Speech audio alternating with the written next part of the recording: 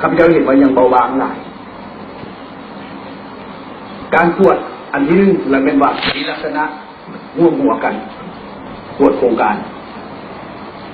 พอแล้วไปคุณภาพเป็นอะไรการใช้จ่ายเป็นอะไรบางโครงการเพิ่มตัวเลขงบประมาณเพิ่ม3 เทื่อแต่ว่าให้เขาก็ให้ผ่านในระยะที่ผ่านมาข้าพเจ้าพยายามยกตัวอย่าง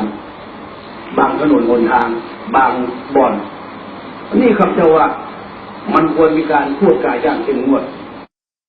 อันสุดท้ายมาเป็นอย่างข้าพเจ้าจะเสนอว่า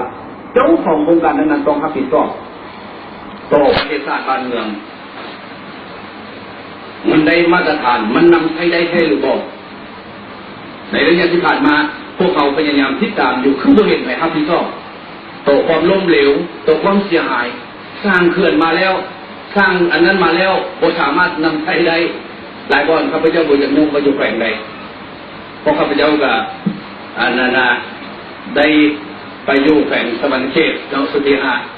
ธิภพก็ไปเป็นสสอยู่จังหวัดสัตว์ข้าพเจ้าก็เห็นหลายบ่อนแล้วก็อยู่นครหลวงพวกเขาแล้วก็อยู่ทางภาคเหนือข้าพเจ้าก็ได้ไปมาหาสู้เพื่อนชายไอ้น้องก็เห็นดังนั้นไม่ไผ่ครับที่ชอบอันนี้ต่อเงินคำกำแก้วอันนี้ต่อภาคกิจของประชาชนอันนี้นี่ข้าพเจ้าอยากเสนอต่อท่านรัฐมนตรีช่วยว่าถ้าอันใดสามารถพอดักพอปรับให้มันเหมาะสมกับความเป็นจริงของด้านการเงินของความต้องการของประเทศชาติบ้านเมืองพวกเขาได้ครับเจ้าคิดว่าแผนการลงทุนจะมีลักษณะเหมาะสมสมบูรณ์สมใจของประชาชนเขาอันนี้ข้าพเจ้าขอฝากไว้ว่าตาใหญ่ก่อนท้องอยากกินหลายได้กินพออยากกินน้อยได้กินพอตัวมืออันนี้ขอฝากไว้ว่าอันใดพอดันพอปรับได้ข้าพเจ้าคิดว่าในสุดถ้ามี7 ปีกระบุบังอาจสอนแค่ลอยน้ำกับน้องข้าพเจ้ากับ